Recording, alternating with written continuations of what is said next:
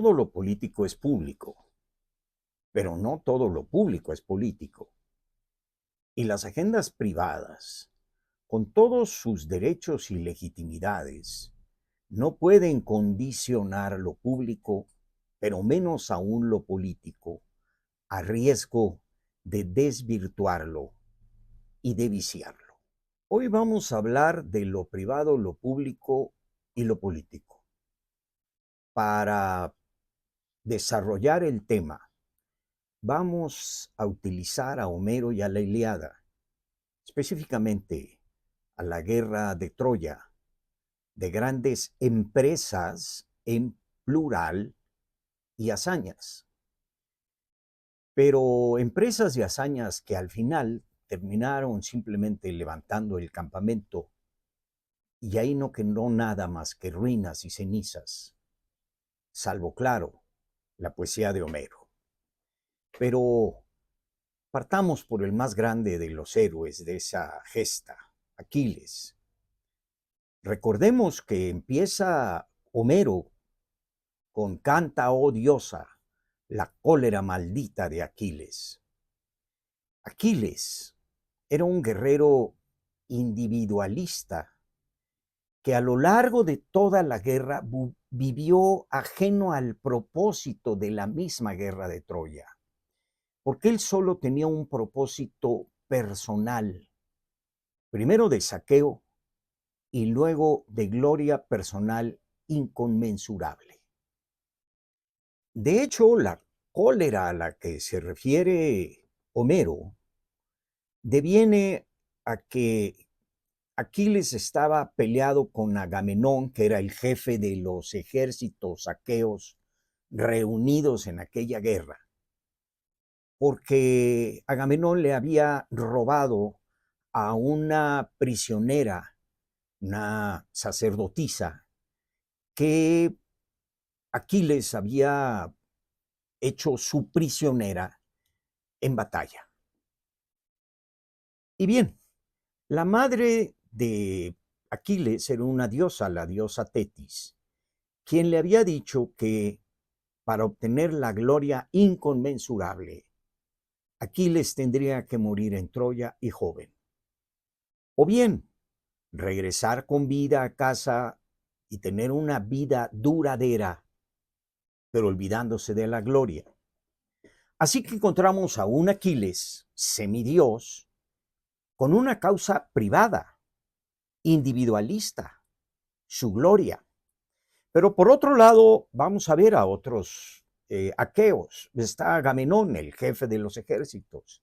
Él buscaba el poder, quería asentarse como lo que ya era, pero aún más como el jefe de todos los ejércitos y de prácticamente todas las ciudades griegas. Y aunque alegaba que iban a Troya porque su hermano Menelao había perdido a su esposa Helena porque se la había llevado Paris, que era uno de los hijos menores de Priamo, el rey de Troya.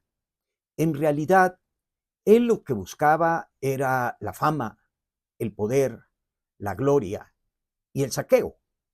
Y eran tal sus ansias de todos estos sus objetivos, guerreros, de fama y botín, que cuando el mar no podía dejarlos navegar hacia Troya, sacrificó personalmente a su hija, abriéndole el corazón en un altar a los dioses, para que se calmara el mar y pudiera navegar.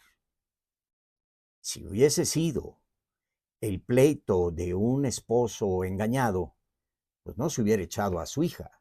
Él tenía un interés personal y personalísimo. Está el caso de Menelao, claro, pues era el esposo engañado que quería ir a vengar no el robo de la esposa, que se había ido enamorada de Paris, sino la cornamenta que le había colocado sobre la testa.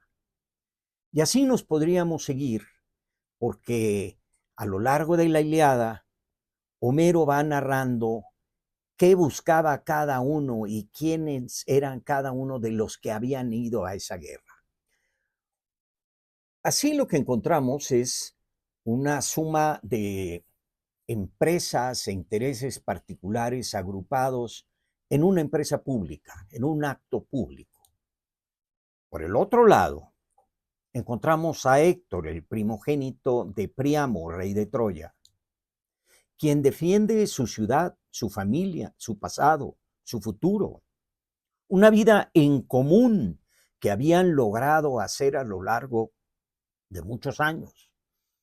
Aquí encontramos una ciudad, una organización de un grupo humano estable que permanece a lo largo del tiempo. Un país, un paisaje, un paisanaje, una comunidad de pasado y de presente, de hechos y de hazañas y de memorias, de propósitos, de sueños, de necesidades compartidas. Por tanto, a diferencia de los aqueos que sumaban un sinfín de propósitos individualistas, personales, en un acto público, en una guerra, en un ataque a Troya, en el lado de Troya, lo que encontramos es política, en tanto la existencia de un mundo y un espacio común, una obra compartidas por ese grupo troyano. Bien, además, aquí hay un dato muy curioso. Héctor es muerto por Aquiles, que era un semidios, que buscaba la gloria inconmensurable, pero que en realidad no estaba en ese momento participando en la guerra porque estaba molesto con Agamenón, quien le había robado a una muchacha.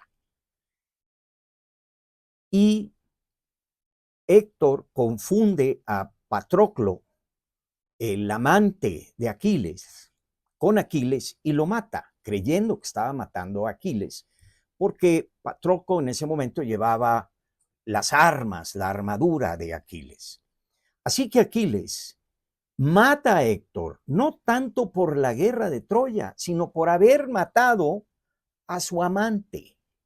Otra causa particular, privada, no pública y mucho menos política.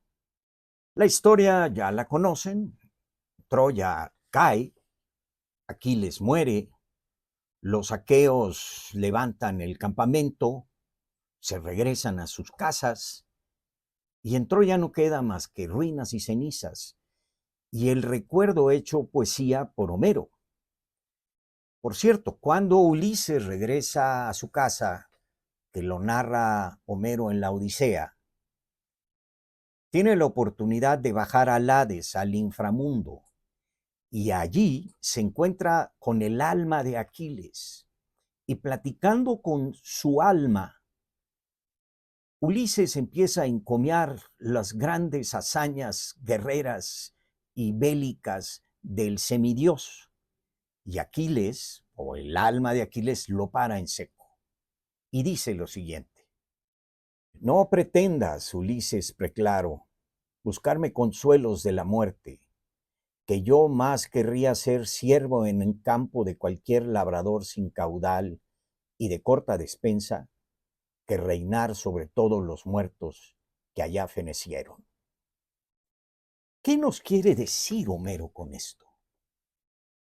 Que lo privado y lo público, por más heroicos, por más famosos que sean, no llegan a ser necesariamente políticos.